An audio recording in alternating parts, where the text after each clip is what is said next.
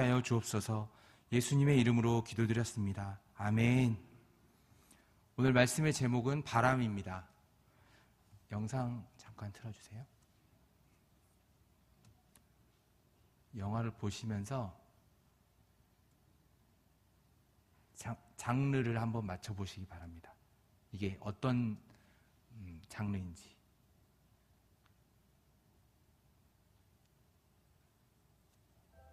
취준생이라는 암흑의 터널로 들어가는 순간인 것이다. 강릉항에서 배로 1시간 반을 더 가면 우리나라에 몇 안 되는 화산섬 하나가 나타난다.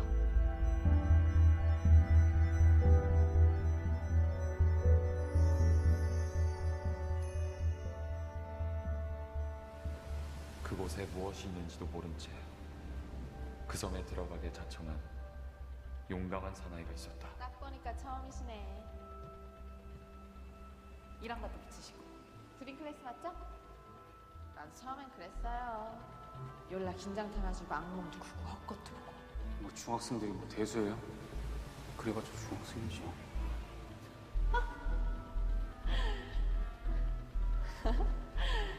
중학생들 만만하게 봤다가는 뒷동갑니다. 반가워요. 난 수학을 맡은 정석입니다. 정석. 수학의 정석. 영화 한기타기요. 네. 드림클래스 강사란 스펙과 보수를 충족하는 꿀알마다.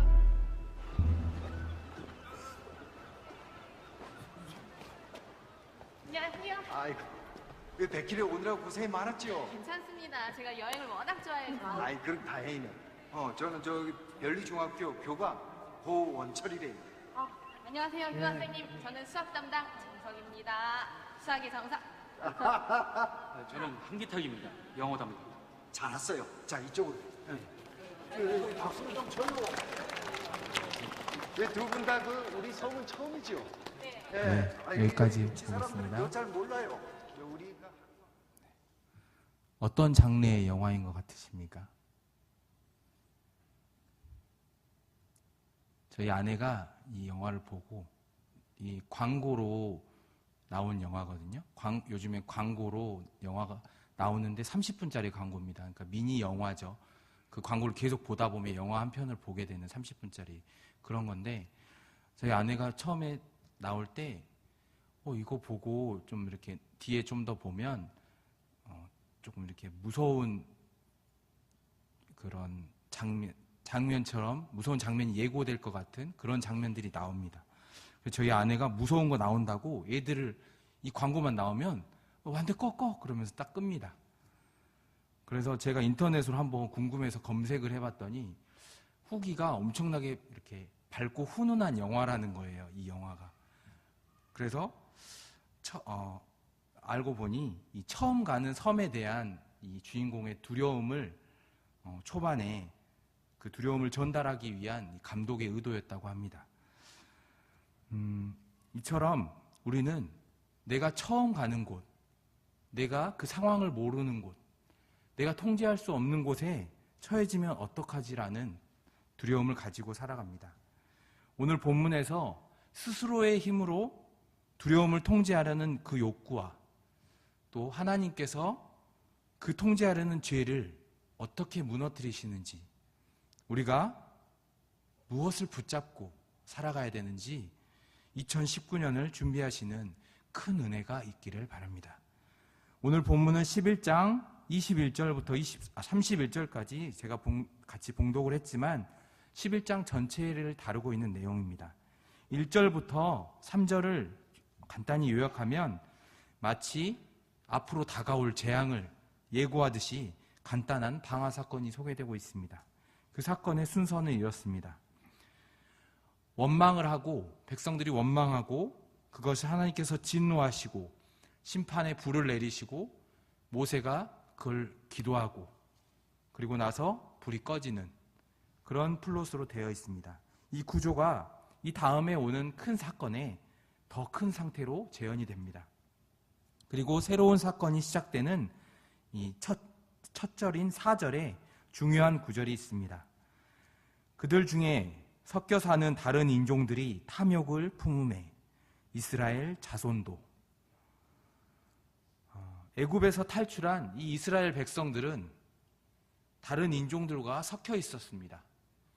그들은 그 섞여 있는 무리들은 하나님을 믿는다라기보다는 하나님을 믿는 척하며 그 무리들에 섞여서 살아가고 있었습니다. 그런데 그들이 맨날 만나만 먹다 보니까 이제 고기 타령을 하기 시작합니다. 그들이 시작한 이 고기 타령은 단순한 불평이 아니었습니다. 그것은 하나님에 대한 반역이었습니다. 아니 무슨 고기 좀 먹고 싶다고 이렇게 얘기하는데 그게 반역까지, 그건 너무 과대해석 아닌가라는 생각이 드십니까? 5절에 보시면 우리가 이 백성들이 얘기합니다. 우리가 애굽에 있을 때는 이것도 먹었고 저것도 먹었고 뭐 수박도 먹었고 마늘도 뭐도 먹고 그래서 애굽으로 돌아가고 싶다고 얘기하고 있는 것입니다. 애굽으로 돌아가고 싶다고 말하는 것은 단순한 의미가 아니라 나를 노예된 그 삶에서 해방시켜 주신 하나님이 아니라 하나님이 아닌 그 노예의 삶으로 다시 돌아가도 좋으니 이것저것 먹을 수 있게 해달라는 것입니다. 정말 어리석다는 생각이 보면 절로 듭니다. 그런데 우리들의 모습도 이와 크게 다르지 않은 2018년도를 보낸 것은 아닌가라고 생각해 봅니다. 하나님을 믿는다고 하면서도 물질의 신인, 만몬신의 영향을 너무 많이 받으며 필요 이상의 탐욕을 부리는 저희 모습을 이 시간 회개하길 원합니다. 혹시 아내분들이 지금 제가 드리는 말씀은 아내분, 남편분 상황 바꾸면 다 똑같은 얘기이기 때문에 마음 혹시 상하지 마시고, 아내분들이 혹시 남편분에게 이런 말씀 하신 적 있으십니까? 내가 결혼 전에 그 남자 만나서 결혼했더라면 진짜 이러면서 이런 얘기 혹시 하신 적 있으십니까? 아무도 하신 적이 없으시다는. 남편분들 반응이 어떻던가요? 맞아, 그 남자 괜찮았어. 참 여보가 그 남자한테 갔으면 잘 살았을 텐데. 이런 분들 계신가요? 지금 뭐 하는 거야? 지금 당신이 무슨 소리를 하고 있는지 아는 거야? 이렇게 하고 싶은데 지금 남편분들이 잠깐 이 하나님의 마음이 이해됐을 줄로 믿습니다. 지금 물론 잘못한 게 남편이니까 당당하지 않을 수 있습니다. 하지만 당당하게 외치십시오. 그럴 자격이 없는 우리가 당당할 수 있는 것은 하나님 때문입니다. 하나님께서 부부의 결혼을 허락하셨기 때문입니다. 아내분들은 남편의 잘못을 보지 말고 반대로 남편분들은 아내의 잘못을 보지 말고, 나에게서 이런 불평이 나오거든 정신을 차리시고 내가 지금 탐욕을 부리고 있구나 깨달으시기 바랍니다. 하나님께서는 십계명 마지막에 분명히 얘기하셨습니다. 내 이웃의 집을 탐내지 말라. 내 이웃은 내 이웃의 아내, 종, 모든 것을, 물건들 다 탐내지 말라는 얘기입니다. 내 남편 외에 다른 남자는 내 것이 아닙니다. 내 아내 외에 다른 여자는 내 것이 아닙니다. 탐욕은 분명한 죄입니다. 제목이 바람이다 보니까 이런 얘기를 하나 보다라고 생각하시는 분이 있을 텐데 그건 아니고요. 이 얘기를 하려고 합니다. 네페시, 루하흐라는 오늘 히브리어로 바람을 뜻하는 단어가 두 가지가 나오는데, 하나는 6절에 나오는 네페시입니다. 그 백성들이, 아까 불평을 했던 백성들이 이제 우리 이제는 기력이 다했다 할 때 그 기력이 이 네페시를 얘기합니다. 육적으로 고기를 안 먹어서 기력이 다한 거라고 이렇게 해석을 하고 있지만, 영적으로 보면 이 목구멍이 마른 것입니다. 하나님을 모르고 섞여 사는 그 자들에게는 하나님께서 주시는 생명의 말씀이, 생수가 없기 때문에 목구멍이 마르는 것입니다. 목구멍이 마르면 이제 불평이 터져 나옵니다. 그리고 또 하나의 바람인 루아흐는 성령입니다. 17절 25절에 모세 외에 70인의 장로들에게 주신 영을 얘기하고 있습니다. 그 영이 오늘 한국말로 바람이라고 표기된 31절에 바람이라고 표기된 단어 루아흐입니다. 17절 25절에는 영이라고 표시되어 있는데 똑같이 히브리어로 루아흐인데 31절에는 바람이라고 표시되어 있습니다. 그것이 오늘의 주제입니다. 제가 첫 번째 나누고 싶은 메시지는 이것입니다. 지금 바람이 불어오고 있습니다. 미국에서 영적 대각성 운동이 일어났을 때에는 영적으로 예민한 무언가를 감지한 사람들은 그것을 느꼈다고 기록되어 있습니다. 성령은 바람과 같아서 그 방향이 어디에서 어디로 부는지, 어디에서 어디로 바뀔지 모르지만 큰 바람이 불기 전에는 이런 뭔가 느껴지는 것처럼 우리 영광교회에 바람이 불어오고 있는 줄 믿습니다. 10절부터 18절까지를 간단히 요약해보면 만나에 만족하지 못한 탐욕을 부리는 사람들이 이 불평한 것이 아까 이스라엘 민족에게 도라고 한 것처럼 불길처럼 이 민족들에게 영향을 미치고 번져나갑니다. 그러자 이것을 보는 하나님의 마음도 모세의 지도자의 마음도 안타깝고 화가 납니다. 지도자인 모세는 이 사태를 해결해야 하는데 그래서 하나님께 나아갑니다. 제가 이 백성들을 데리고 나온 게 아니지 않습니까? 제가 낳은 저의 백성들이 아니지 않습니까? 하나님의 백성들입니다. 내가 이 많은 백성들에게 어떻게 고기를 먹입니까? 그냥 저를 하나님 곁으로 데려가 주십시오. 우리도 이런 소원을 빌 때가 있지 않습니까? 물리적으로 또 화학적으로 어떤 방법을 써서라도 도저히 해결할 수 없는 내 능력 밖의 일, 그것을 맞닥뜨렸을 때 우리는 이런 기도를 하곤 합니다. 저를 데려가 주십시오. 그러자 하나님께서 응답하십니다. 70명의 장로를 데리고 와라. 그들에게도 너에게 준 루아흐, 성령을 내리게 하여 그들로 백성의 짐을 담당하게 하는 나누는 동역자로 만들어주겠다. 그리고 고기는 먹게 해줄 텐데 하루나 이틀 먹는 게 아니라 한 달 동안 먹게 해주겠다. 너네들 지금 하나님께서 너네들 각오 단단히 해라. 냄새도 싫어지게 할 만큼 입에서 물릴 만큼 정말 먹게 해주겠다. 그러면서 반성해라 라고 얘기하고 있는데 모세는 핀트에 어긋난 다른 얘기를 하고 있습니다.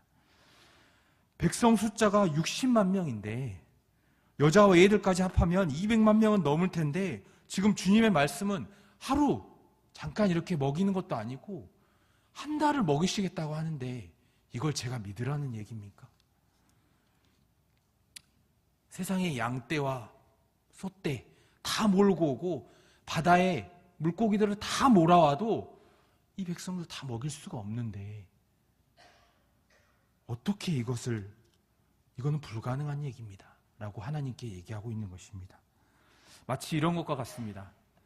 부모님이 케이크 가지고 싸우는 아이들에게 너네 이제부터 케이크 한 달 동안 먹어. 앞으로 계속 사줄 테니까 한 달 동안 밥도 먹지 말고 케이크만 먹어. 이렇게 얘기를 하고 있으면 혼내는 겁니까? 케이크를 사준다는 축복하는 말입니까? 혼낸다고 하는, 반성하라는 얘기입니다. 그런데 그 한 아이가 반성하라는 것에 초점을 두지 않고 아니 어머니 저희 아버지 월급이 요만큼인데 그것을 계속 케이크를 사면 우리가 한 달 동안 먹고 살 수가 없지 않습니까? 다 살 수가 없는데 이게 어떻게 가능한 얘기입니까? 라고 얘기하는 것이랑 같습니다. 그렇지만 우리도 한번 모세의 입장이 되어보겠습니다. 사진 보여주세요.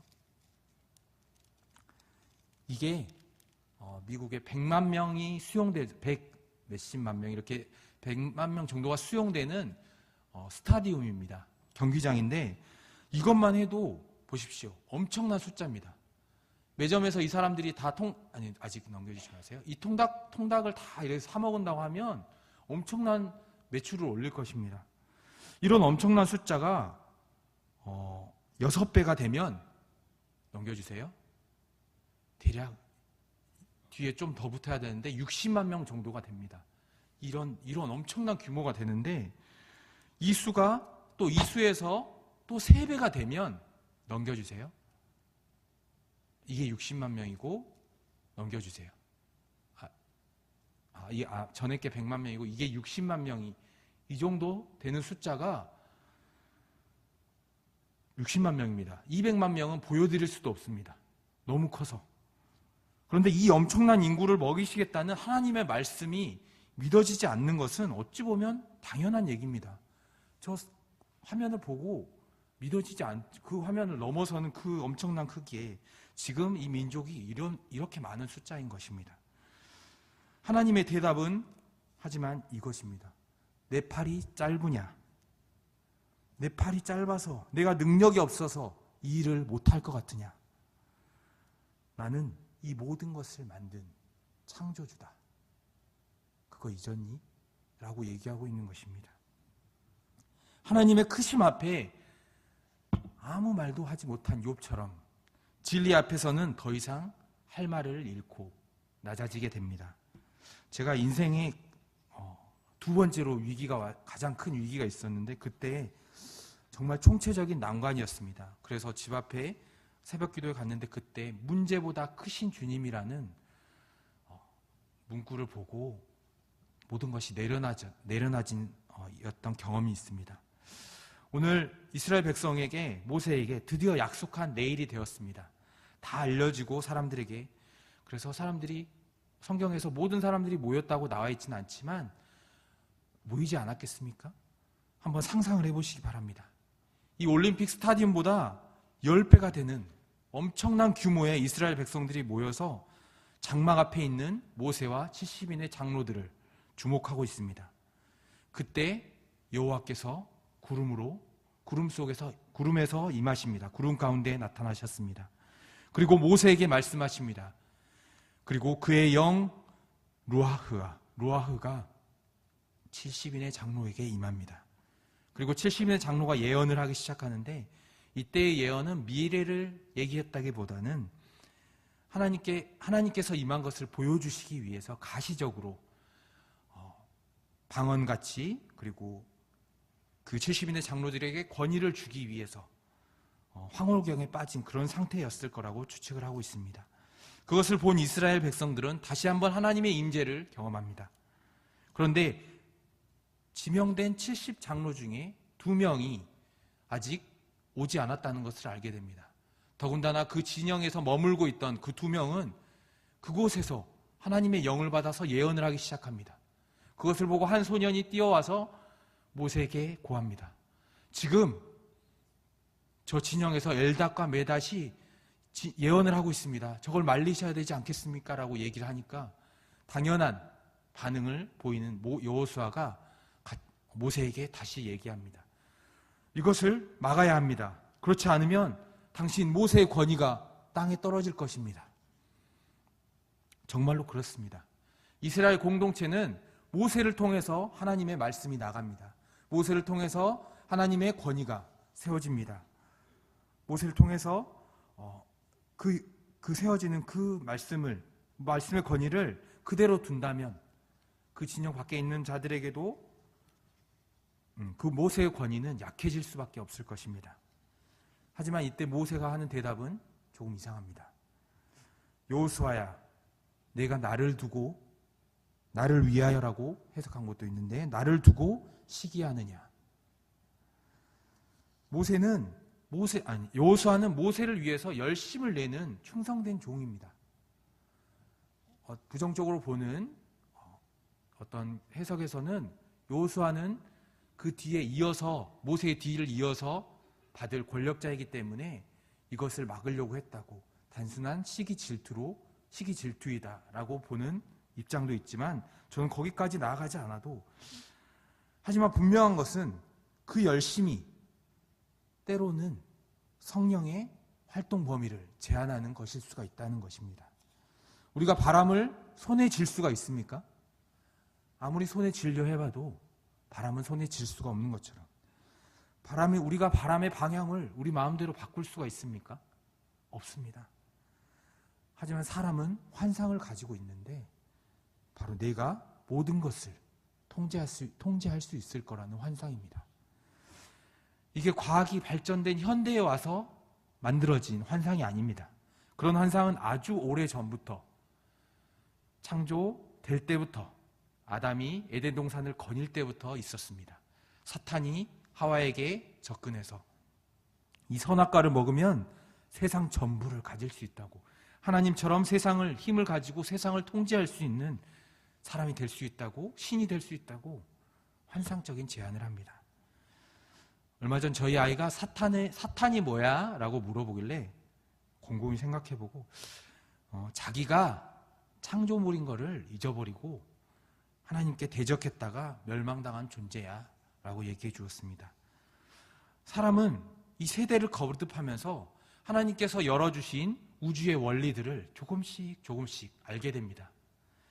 그러자 놀라면서 이 방식대로 계속 발전해 나가면 결국 우주의 모든 원리를 우리가 알게 되고 모든 것을 통제할 수 있을 거라는 환상 속에 빠지게 됩니다. 그래서 과학적인 지식으로 이 성경도 해석하기 시작하면서 하나님의 능력을 제한하고 전능의 메시지를 축소하기 시작합니다. 본문 마지막에 드디어 약속했던 이제 고기가 등장을 합니다. 하늘을 나는 소떼 양떼도 아니고 하늘을 나는 메추라기 떼입니다. 이 메추라기의 갑작스러운 등장을 과학적으로 증명하는 자들의 얘기를 들어보면 이 지역에서 그맘때쯤에서는 철새들이 힘이 빠져서 떨어지는 경우가 있다고 합니다. 1m 정도 쌓였다고 하는 그 기록이 실제로 죽은 새들이 쌓인 게 아니라 1m 정도에서 이렇게 힘겹게 날고 있는 새들을 잡은 거라고 주장을 합니다. 하지만 이 말이 사실이라면 이 뒤에 나오는 적게 모은 자도 10호멜이 설명이 되질 않습니다. 이 10호멜을 2300리터로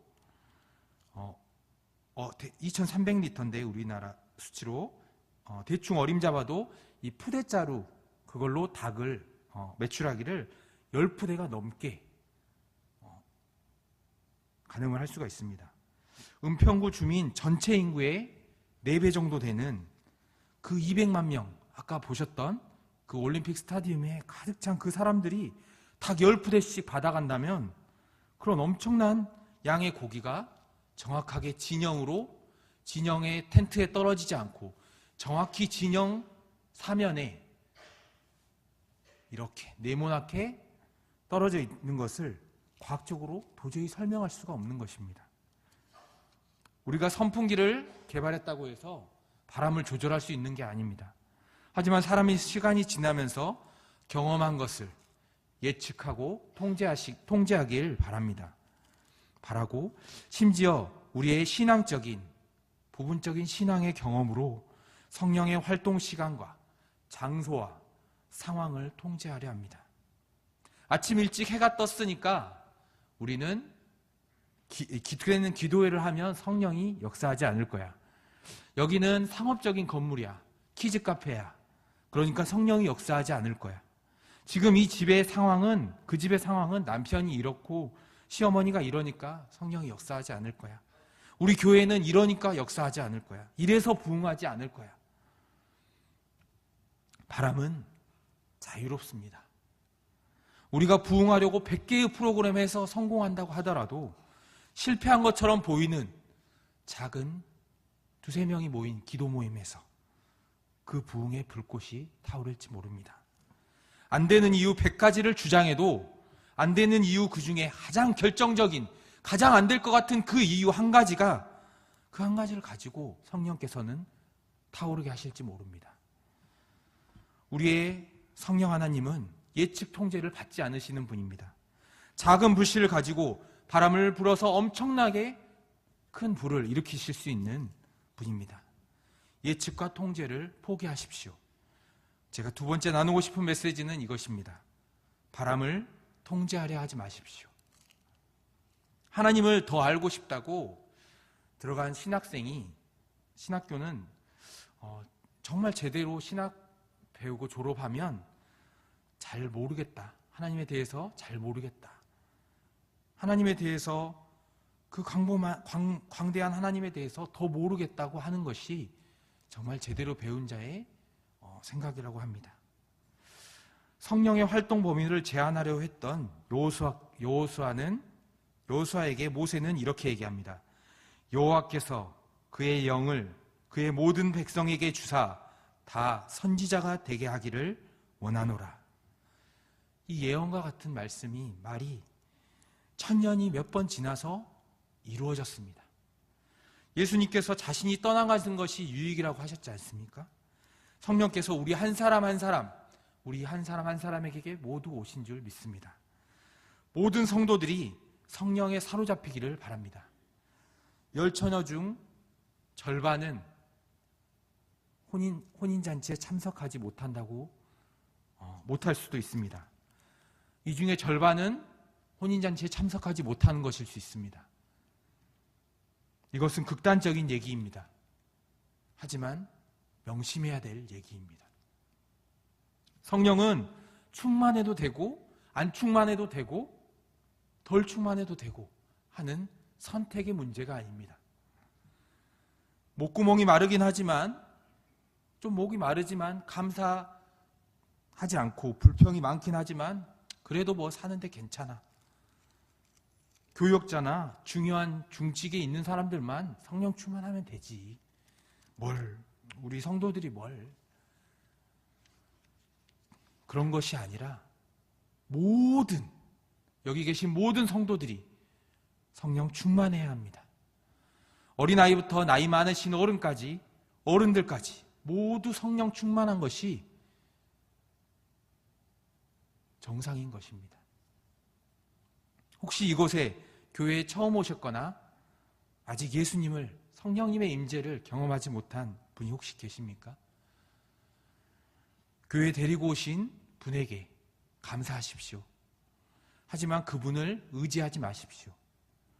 여러분이 이곳 정말 바쁜 연말에 이곳에 계신 이유는 세상의 성공이 아니라 삶의 가장 근원적인 문제, 구원의 문제, 그것을 해결하기 위해 이 자리에 계신 것입니다.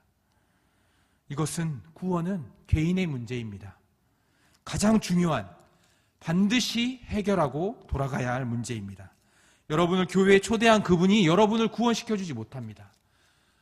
나의 자녀가 목사님이어도, 나의 부모님이 목사님이어도 그 자녀나 그 다른 분이 구원을 받지는 못합니다. 오직 예수님께서 우리의 죄값을 십자가에 지심으로 그 구원을 완성하셨음을 믿으시는 분만이 개인적 죽음에서도 세상의 마지막에서도 영원한 구원을 얻게 되시는 줄 믿으시면 아멘 하시기 바랍니다. 지금 이곳에 앉아 계신 성도 여러분들, 지금 와서 그냥 앉아 계신다고 생각하는 여러분의 그 이동조차도 성령님의 바람이 아니면 이곳에 하나님의 말씀을 듣고 깨달을 수가 없습니다. 여러분을 이곳에 하나님의 백성으로 축복된 자리로 부르신 것은 오직 하나님의 오랜 바람이었습니다. 오늘 이야기의 성경의 결론은 이렇게 끝이 납니다. 탐욕으로 시작된 고기 타령은 엄청난 양을 물리도록 먹이겠다고 하시는 하나님의 진노 앞에서 회개는 고사하고 더 큰 탐욕으로 자기의 고기를 저장하려고 혈안이 된 이스라엘 백성들을 큰 재앙으로 치시는 것으로 끝이 납니다. 성경 이 결론을 성경 전체 문맥을 보지 않고 이 부분만 보면 고기 먹이시다가 갑자기 죽이시네. 뭐 하시는 거지? 잔인하시네. 성경 곳곳에 그런 오해될 만한 아이들도 죽이고 전쟁에서 그 상대방 굉장히 성경을 오해할 만한 구절들이 많이 있습니다. 하지만 그때마다 기억해야 할 것은, 그리고 아는 우리들이 진리를 소유한 자들이 알려줘야 할 것은 하나님의 오랜 참으심, 그리고 그에 반하는 이스라엘의 패역한 그 모습을 더욱더 대비되는, 더 극명하게 드러나는 그 메시지를 전달해야 될 줄로 믿습니다. 그 이스라엘의 백성들의 모습에서 우리들의 모습 또한 발견해야 될 줄로 믿습니다. 네페시 루하흐, 아까 앞에서 말했던 바람을 뜻하는 두 가지 단어가 있다고 했는데 그중 하나님의 영으로 쓰인 루아흐가 31절에 나옵니다. 이 메추라기 떼를 몰고 온 바람을 루아흐로 표기하고 있습니다. 이건 여호와께로부터 나왔다고 덧붙이고 강조하기까지 하였습니다. 이 바람인 루아흐는 변혁을 일으키는 힘일 때가 많이 있습니다. 출애굽기 10장 13절에는 이 메뚜기 떼를 불러오고 홍해를 건널 수 있게 바람을 마르게 한 그 바람을 루아흐라고 표기하고 있습니다. 그런데 우리는 바람하면, 우리 한국 사람들의 인식에는 바람하면 쐬봤자 좀 나무가 좀 이렇게 살짝 흔들리는 정도, 그 정도로 인식을 하지만 이 고대 근동의 사람들은, 그 사람들의 인식 속에는 바람은 엄청난 모래폭풍, 마치 미국의 토네이도와 같은 그런 신적인 신의 힘이 아니고서는 그런 힘을 가질 수 없는 그런 강력한 힘을 뜻합니다. 그런 바람이 왜 밤새도록, 이집트 왕자라는 영화를 보면 모세가 지팡이를 탁 바다에 이렇게 하자 쫙 갈라지면서 홍해를 건넙니다. 극적으로 묘사하기 위해서 그렇게 표현을 했는데 우리 성경을 보면 밤새도록 동풍이 몰아와 그 바람을 마르게 했다고 되어 있습니다.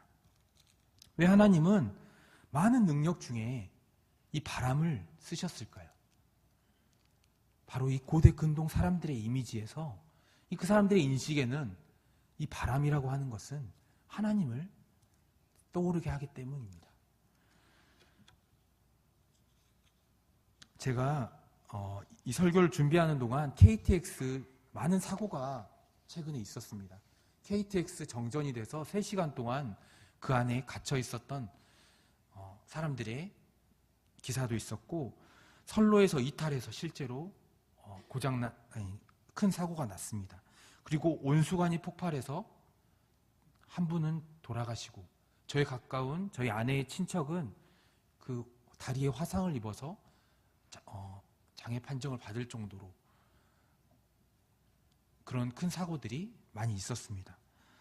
또 외국에서는 이 완벽한 행성이라고 하는 프로젝트를 했는데 지구하고 똑같은 조건을 인위적으로 만들어 놓은 정말 작은 지구입니다. 그 지구 안에서 지원자들이 살아가는 것입니다.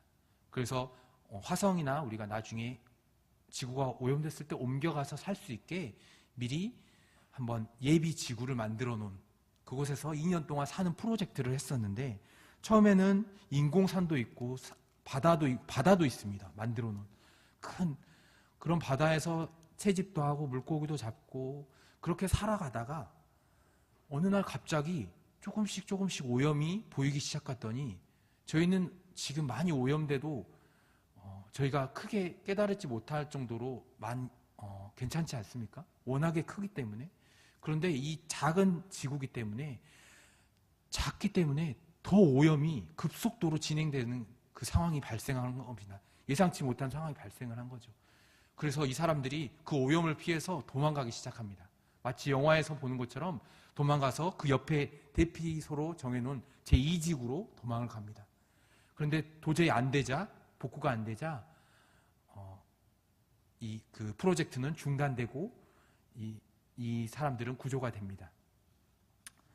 이 프로젝트를 보면서, 이런 일들을 보면서, 많은 사건 사고를 보면서 자연이 얼마나 위대한 힘으로 완벽하게 통제되고 있는지 우리는 망각하고 살 때가 많습니다.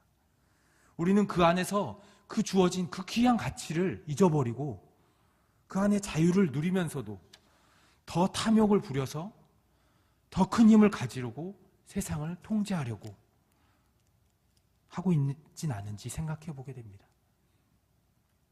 바람을 통제하려 하지 마십시오. 내 안에 예수님을 이 세상을 통제하려고 하는 그 큰 힘까지 아니어도 우리는 평범한 사람들이지 않습니까? 그런데 그 안에서도 많은 통제들이 있습니다.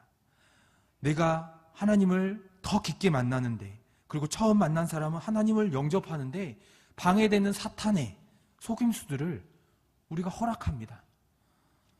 방해하는 그것을 내가 하나님께 맡기고 하나님을 온전히 받아들이기를 간절히 소원합니다. 교회 안에서는 각자의 은사대로 성령의 바람이 원하시는 대로 사역하실 수 있게 각자의 은사를 내가 겸손함이라고 하는 말로 내가 저는 이런 거 못해요. 저는 바빠서 그런 말로 포장하고 뒤로 물러납니다. 하지만 그 각자의 그 받은 달란트를 쓰지 않는 것은 나중에 하나님께서 엄히 문책하실 일입니다. 성령님께서 그 사람을 마음대로 사용할 수 있게 우리를 통제하지 마십시오. 통제를 내려놓으십시오. 성령이 주시는 자유함을 누리면서 두려워하지 마시고, 성령을 우리가 은사를 자유롭게 사용할 때는 이 두려움이 있습니다. 질서를 지켜야 한다는 그 성경의 말씀에 부딪힐 때가 많습니다. 그거에 너무 제한되지 마십시오. 교회의 질서는 성령께서 잡아가시는 것입니다. 우리는 실패하더라도 하나님이 주신 그 성령의 하나님의 달란트를 마음껏 쓰시기 바랍니다. 지도자인 모세가 한 말을 기억하시기 바랍니다. 모든 사람이 성령 받기를 원하노라. 세 번째로 나누고 싶은 메시지는 이것입니다. 바람을 타십시오. 배나 비행기에게 가장 힘든 것은 바람의 역행에서 자기 모터로, 자기 힘으로 가는 것입니다. 바람의 방향에 몸을 맡기십시오. 거대한 바람 앞에 내가 방패를 들고 아무리 버텨봤자 튕겨져 나갈 뿐입니다. 내가 교회를 내가 통제할 수 있다고 생각하는 순간 반역은 시작됩니다. 내가 세상을 통제할 수 있는 위치에 섰다고 생각하는 순간 부패는 시작됩니다. 다윗은 왕국을 통치할 수 있는 힘을 얻었다고 생각하는 순간, 내가 탑 자리에 올랐다고 생각하는 순간부터 양심이 마비되어 하나님의 말씀이 들리지 않고 간음과 살인죄라는 무서운 죄를 저지른 사람이 되었습니다. 내가 내 삶을 통제할 수 있다고 생각하는 순간 하나님의 보호가 거두어지고 사탄의 소나기에 놓이게 됩니다. 내가 통제권을 지려하면 통제당할 것입니다. 사탄에게. 힘 뒤에는 더 큰 힘이 도사리고 있기 때문입니다. 탐욕 뒤에는 더 큰 탐욕이 기다리고 있습니다. 내가 조금의 탐욕일 때, 내가 이 탐욕을 하나님 성령님의 도우심으로 인지할 수 있을 때 그 탐욕을 제어하고 절제하셔야 합니다. 다가오는 2019년은 감사로 나아가시기 바랍니다. 감사 뒤에는 더 큰 감사가 기다리고 있습니다. 약함 뒤에는 더 큰 은혜가 기다리고 있습니다. 우리는 아이들에게 양보하라고 가르칩니다. 너무 약한 아이들에게 막 뺏길 것 같으니까 너무 나눠주지 말고 네 거는 네가 지켜라 라고 합니다. 양보하라고 하는데 한쪽에서는 나눠주라고 합니다. 양보와 지킴 중에서 상충되는 이 메시지를 전하는 아이들을 보면서 어른들을 보면서 아이들은 혼란스러워합니다. 양보하는 경계선이, 내 걸 지켜내는 경계선이 너무 애매하고 어렵습니다. 그런데 아내가 아이에게 하는 말에서 저거구나. 남의 것을 뺏으려고 하는 것도 욕심이고 내 것을 지키려고 하는 것 또한 욕심이다. 하나님께서 모든 것을 주셨고 모든 것을 주실 수 있는 분이신데 그 모든 것이, 내가 원하는 모든 것이 내 옆에 지금 없는 것은 그 물질이 아니라 하나님께서 나와 함께 있기 때문이다. 내가 원하는 것이 만약 바람이 부는 그 방향에 있어서 내가 나아가기가 힘들다면 그 자리에서 바람을 역행하지 말고 바람이 부는 대로 그 물건을 포기하고 내가 갖고 싶었던 건 내려놓고 바람이 부는 대로 한번 가보시기 바랍니다. 그러면 그 바람이 부는 곳에 불어갔던 곳에 더 좋은 것이 있을 줄로 믿습니다. 나에게 하나님께서는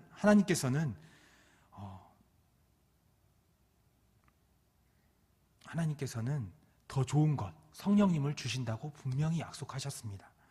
지금 내가 이 고난의 바람을 뚫고 이 방해를 뚫고 내가 혹시 그런데 좀 이렇게 어렵다, 내가 분별이 안 된다, 이게 성령이 원하시는 건지 사탄이 원하는 건지 분별이 안 된다고 할 수 있을 것입니다.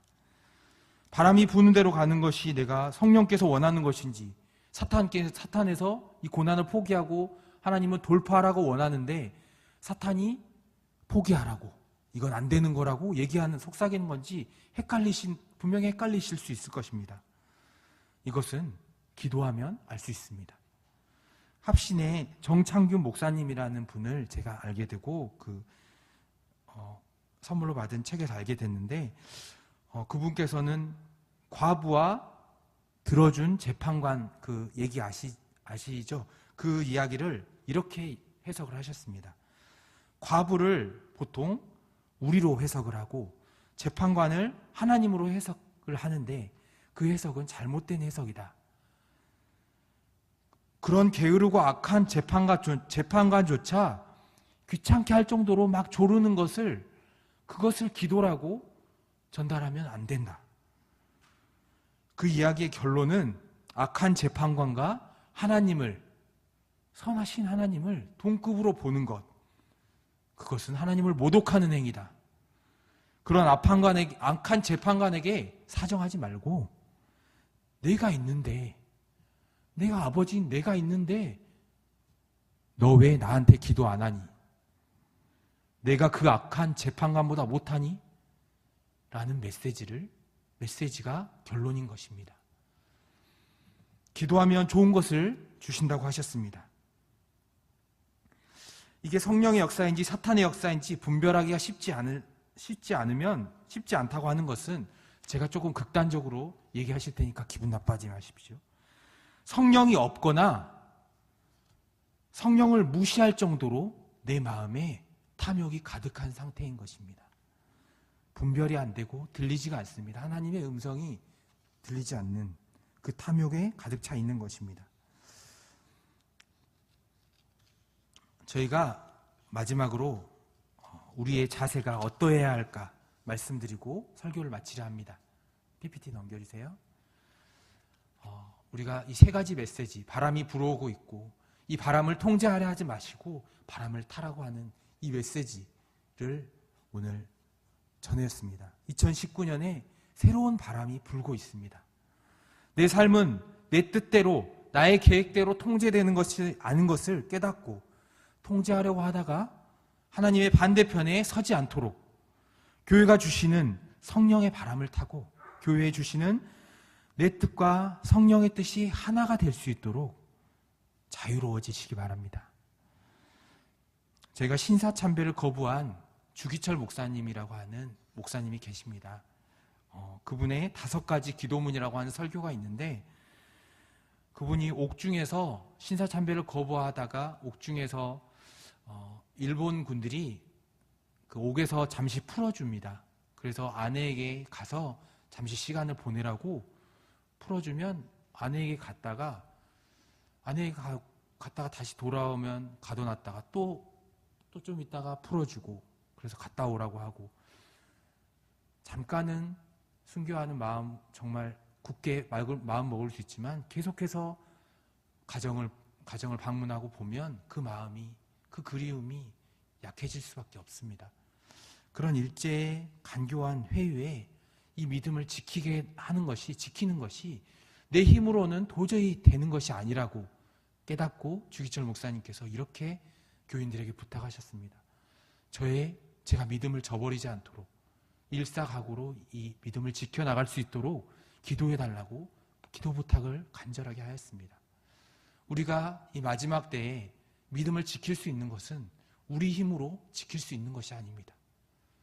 하나님께서 중보해 주시고 우리 교인들 서로가 서로를 위해서 기도해 줄 때 이 믿음에 이 어두운 때에 마지막 때에 믿음을 지킬 수 있는 힘을 얻어가실 줄로 믿습니다. 그래서 저도 성도님들께 부탁드리고 싶습니다. 설교자들을 위해서 간절히 기도하여 주시옵소서. 많은 교회가 말씀으로 안 된다고 할 때, 그래서 프로그램이 도입되고 설교자들이 말씀이 아닌 정말 말씀에 목숨을 걸지 않고 정말 이렇게 말씀의 이렇게 말씀을 화려하게 하는 경연장이 돼가고 있는 이 현실에서 그곳에서 정말 말씀에 목숨을 거는 교회가 될 수 있게 해달라고, 우리 설교자들이 그 말씀에 생명을 걸게 해달라고 기도해 주십시오. 제가 맨 처음에 성령의 바람이 불어오고 있다고 하였습니다. 이것은 그냥 잘 살아보세 아니면 무슨 기독교에서 부는 무슨 운동 같은 그런 구호들이 아닙니다. 제가 우연히 혜민 스님 설법을 들어보게 된 일이 있었는데 생활과 마음에 참 도움이 되는 말씀이었습니다. 그런데 이분의 설법과 우리 기독교의 설교는 무엇이 다른가? 그에 대한 고민을 하고 있을 때 마침 제가 빌려왔던 책에서 그 답을 찾았습니다. 설교와 설교자라는 책이었는데 설교가 무엇인지 원빛 보면 세상 사람들이 보면 혜민 스님이 얘기하는 거나 목사님이 얘기하는 거나 별 차이가 없는 좋은 얘기입니다. 세상 얘기와 그러면 무엇이 다른 것입니까 도대체? 하나님의 얘기를 하는 것? 이 성경을 가지고 교훈을 얘기하면 도덕적인 얘기를 하면 똑같습니다. 누가 갑자기 생각이 이 성경을 이분이 얘기하신 거군요. 이 성경을 얘기하지 않고 세상적인 메시지나 교훈을 듣던 청년이 나오면서 부탁했다고 합니다. 메일을 보냈다고 합니다. 제발 세상에서는 세상 메시지는 저희가 성공학 강의를 하는 저희가 더 전문가입니다. 제발 말씀을 성경을 전해주세요 라고 부탁했다고 합니다. 사람들은 마지막 때가 되면 말씀이 안 통하는 시대가 됐다고 하고 그런 시대가처럼 보이면 사람들은 본능적으로 말씀을 찾기 시작합니다. 갈급함 때문입니다. 우리가 아까 봤던 네페시, 목구멍이 말라가는 것입니다. 그래서 그 목구멍을 생수이신 예수님을 찾기 위해서 말씀이 전파되는 교회, 사이즈가 아닌 말씀이 진정으로 선포되는 교회로 찾아가는 것입니다. 담임 목사님, 백 목사님, 이 목사님, 저 그리고 새로 오시는 두 분의 설교자분이 계십니다. 이 설교자들의 가슴에 이 성령의 뜨거운 불꽃이 타오르도록, 그래서 더욱 말씀의 불꽃이 강단에서 이 성도분들의 가슴으로 옮겨 붙도록 이 불꽃이 바람을 타고 청년들에게 그리고 아이들에게 우리가 만나는 모든 사람들에게 옮겨 붙게 해달라고 간절히 기도 부탁을 드립니다. 저희 다 같이 기도하겠습니다. 하나님, 이 부족한 종의 입술을 통해서 하나님의 위대하심이 선포되게 하심을 감사합니다. 하나님께서 만드신 저희가 하나님을 대적하지 않고 구원자의 신 예수님을 알아보지 못하고 못 박는 그런 일이 또 일어나지 않게 성령을 우리에게 보내주셔서 감사합니다. 계속된 사고와 실패 속에서 통제하는 것이 불가능한 것임을, 통제하려고 하는 그 마음은 하나님께 대적하는 것임을 알게 하심을 감사합니다. 우리 안에 통제의 환상, 선악과 바벨탑, 길고 긴 성경의 이야기 속에 하나님의 긴 기다림을 발견할 수 있게 하여 주옵소서. 그 사랑을 알게 하여 주옵소서. 이제 우리의 패역함을 회개하게 하시고 2018년을 잘 마무리하여 성령의 큰 바람이 불어오는 2019년을 우리 영광교회의 돛을 펴고 바람에 순응하며 항해하는 한 해가 될 수 있도록 하여 주옵소서. 선장이신 예수님께 충성된 우리 선원들 되게 하여 주옵소서. 인생의 짧고도 긴 항해에 항상 우리와 함께 하시며 우리를 보호하시는 예수님의 이름으로 기도드렸습니다. 아멘. 79장 주 하나님 지으신 모든 세계 찬양하시겠습니다.